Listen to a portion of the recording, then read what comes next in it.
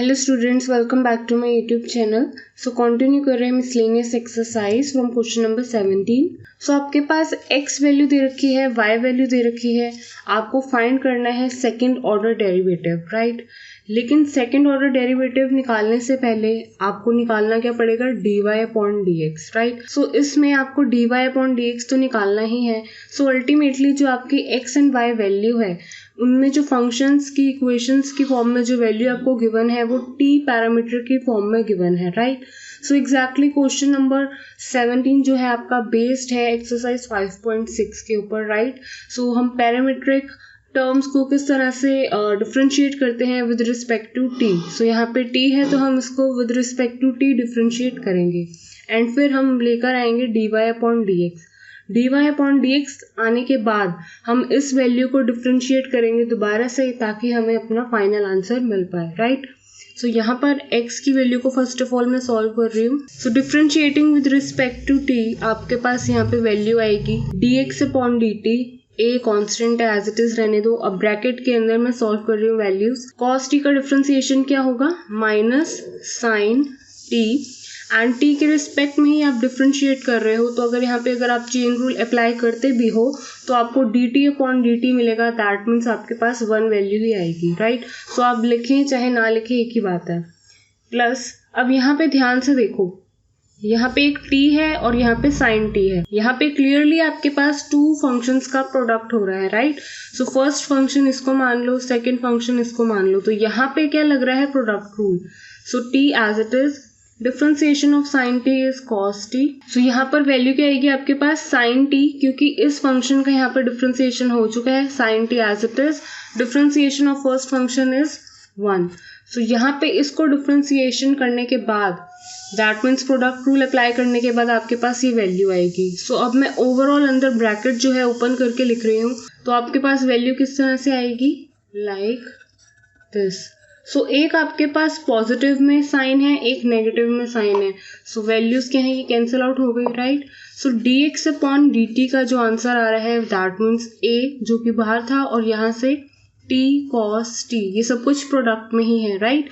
सो जिस तरह से आपने इस वैल्यू को सॉल्व किया सेम वे से हम y की वैल्यू को सॉल्व करते हैं। So differentiating again with respect to t आपके पास वैल्यू आएगी, साइन t का differentiation is cos t minus, अब यहाँ पे मैं ब्रैकेट लगा रही हूँ, क्यों, क्योंकि यहाँ पे अगेन यहाँ पे प्रोडक्ट रूल अप्लाई होगा, राइट।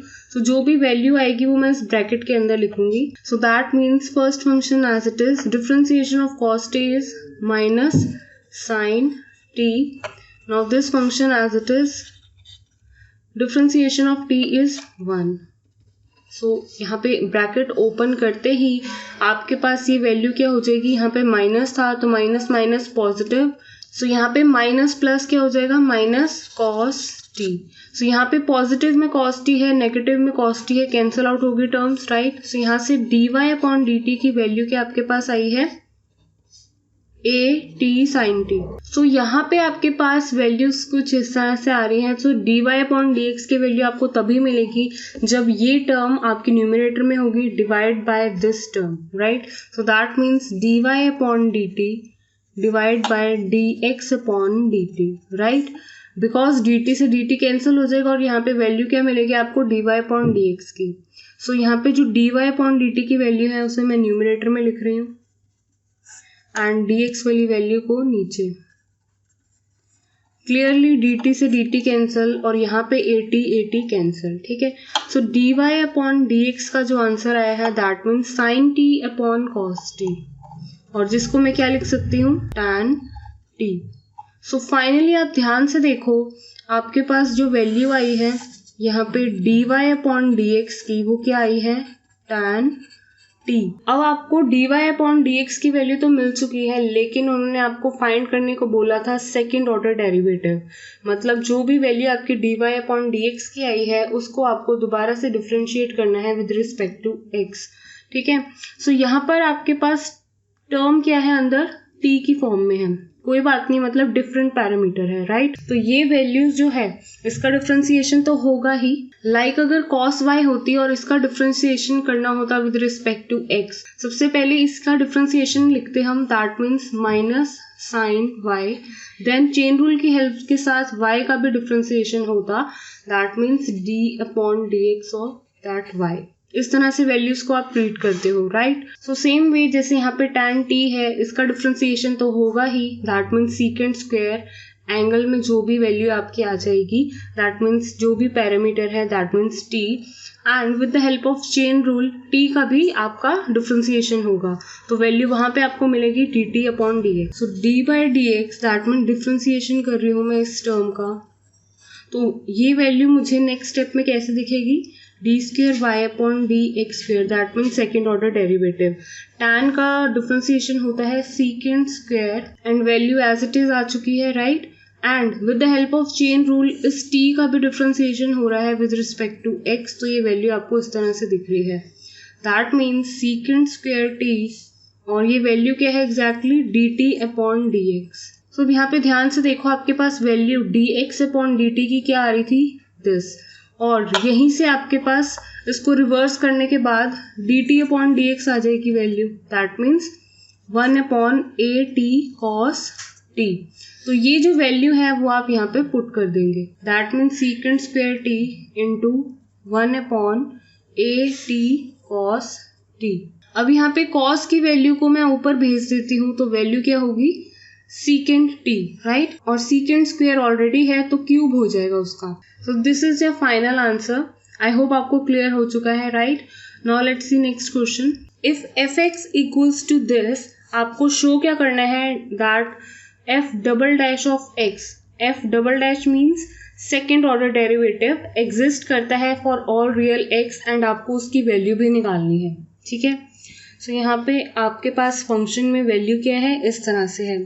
सो सबसे पहले ध्यान से देखो, आपके पास ये वैल्यू है कुछ इस तरह से।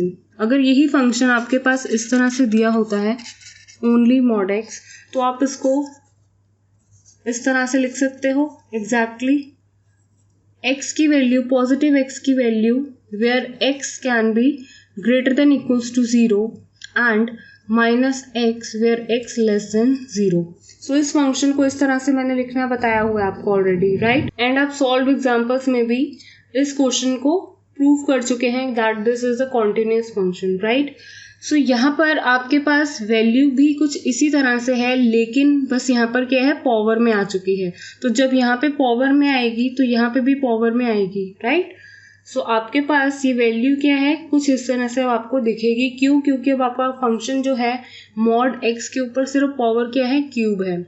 तो आप इसको किस तरह से स्प्लिट करके लिख सकते हैं, इस तरह से, ठीक है। सो एग्जैक्टली एक आपके फंक्शन की वैल्यू इस तरह से है, कब, जब आपका x greater than equals to 0 है, एंड एक बार आपके फंक्शन की वैल्यू क्या है, माइनस x की पावर में cube when your x is less than 0, right. So लेकिन उन्होंने फाइंड करने के लिए क्या बोला है, आपको डिफरेंशिएशन करने के लिए बोला है, वो भी 2 बार, ठीक है। सो यहाँ पे हम फर्स्ट टाइम डिफरेंशिएशन करेंगे f' ऑफ x, तो आपको वैल्यू क्या मिलती है, यहाँ पे हम x क्यूब की बात कर रहे हैं। अगर मैं इसको डिफरेंशिएट करती हूँ तो आपके पास वैल्यू क्या आएगी, 3x², ठीक है। लेकिन उन्होंने f' ऑफ x निकालने को नहीं बोला है, उन्होंने बोला है आपको सेकंड ऑर्डर डेरिवेटिव निकालना है। दैट मीन्स जो भी वैल्यू आई है उसका दोबारा से डिफरेंशिएशन करोगे तो आपके पास वैल्यू क्या आएगी, 3 2 6x, ठीक है। सो ये तो हो गया पॉजिटिव के लिए।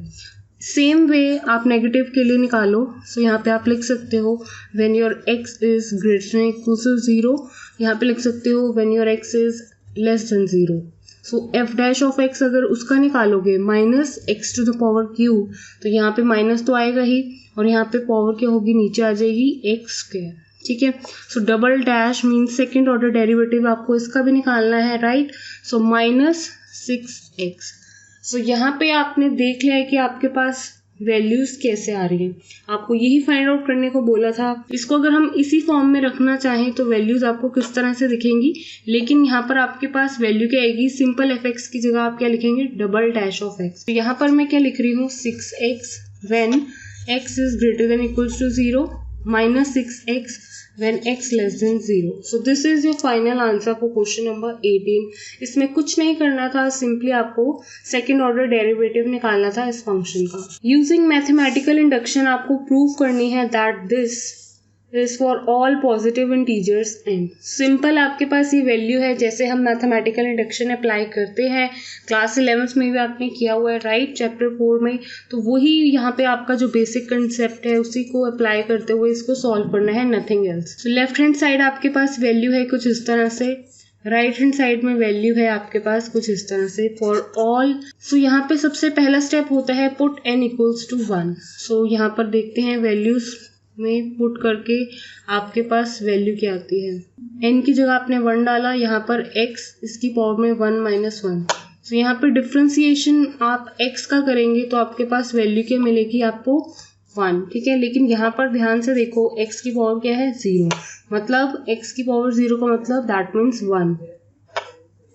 सो dx अपॉन dx, यहाँ पर भी लेफ्ट हैंड साइड भी 1 वैल्यू है, यहाँ पर भी आपके पास 1 वैल्यू है. So yes this is true. So आप लिख सकते हो फॉर ऑल n, आप लिख सकते हो that true where n equals to 1. So ये तो हो गया पहला step. Second step that means आपको पुट करनी है n की value k. So d by d x x to the power k equals to, यहाँ पर वैल्यू क्या आएगी k x k माइनस 1. ठीक है, सो यहाँ पे आपने k के लिए भी वैल्यूज पुट करके देख ली. अब पुट करनी है वैल्यू और n equals to k plus 1. सो यहाँ पर आपके पास जब वैल्यू n की k प्लस 1 पुट करेंगे, ध्यान से देखो x की पावर में क्या हो जाएगा k प्लस 1. ठीक है, सो यहाँ पर आप क्या लिख सकते हैं k प्लस 1 n की जगह एंड x की पावर में k प्लस 1 माइनस 1 ऑलरेडी है. सो यहाँ से 1 से 1 कैंसिल हो जाता है. सो राइट हैंड साइड आपके पास वैल्यू क्या आ रही है x की पावर में k और ब्रैकेट में k प्लस 1. सो राइट हैंड साइड की वैल्यू आपको प्रूफ करके लेकर आनी है, और ये हम कैसे लेकर आएंगे, हम लेफ्ट हैंड साइड को सॉल्व करते हैं. ठीक है, सो लेफ्ट हैंड साइड में आपके पास चल क्या रहा है, आपके पास लेफ्ट हैंड साइड में वैल्यूज चल रही हैं कुछ इस तरह से, that means d by d x of x to the power k plus 1. आप इसको स्प्लिट करके कैसे लिख सकते हो x to the power k dot x to the power 1. सो यहाँ पे क्लियरली आपको डिफ्रेंसिएशन करना है इन टू फंक्शंस का जो कि प्रोडक्ट के फॉर्म में. तो यहाँ पे क्या अप्लाई होगा प्रोडक्ट रूल. सो यहाँ पे क्लियरली है, ये लेफ्ट हैंड साइड की मैं बात कर रही हूँ. सो सिंपली अब यहाँ पे प्रोडक्ट रूल अप्लाई करोगे, नथिंग एल्स. सो यहाँ पर जैसे ही मैं प्रोडक्ट रूल अप्लाई करूँगी आपके पास वैल्यू क्या आएगी x के as it is, differentiation of x is 1. Now x as it is, differentiation of x to the power k is k की वैल्यू जो आपके पास कांस्टेंट वैल्यू है पावर में वो आगे आ जाती है x k minus 1. Right, exactly इसी तरह से आपका सॉल्व होता है राइट. जैसे आपने x to the power a इसका डिफ्रेंसिएशन कर रखा है, एग्जैक्टली सेम इसका डिफ्रेंसिएशन क्या है इस तरह से. तो ये आपके पास वैल्यू आई है लेफ्ट हैंड साइड सॉल्व करने के बाद. तो यहाँ पर ध्यान से देखो x की पावर क्या है k प्लस k, यहाँ पर रहने दो x इंटू एक्स. सो x अगर बेस कॉमन है पावर्स ऐड हो जाएंगी, इसकी पावर क्या है 1 प्लस ये पावर क्या है k minus 1. So minus 1 plus 1 cancel. तो यहाँ पे एक ऑलरेडी एक्स के है plus k times of x के, यहाँ से भी आपके पास आ रहा है तो x के कॉमन ले लो, 1 प्लस k आपके पास वैल्यू आएगी. तो ये आपकी वैल्यू इक्वल्स टू आ रही है राइट हैंड साइड जो कि आपको लेकर आनी थी, hence prove. So next video में कंटिन्यू करेंगे फर्दर क्वेश्चंस के साथ. Thank you students for watching this video. Please like share and subscribe to my channel.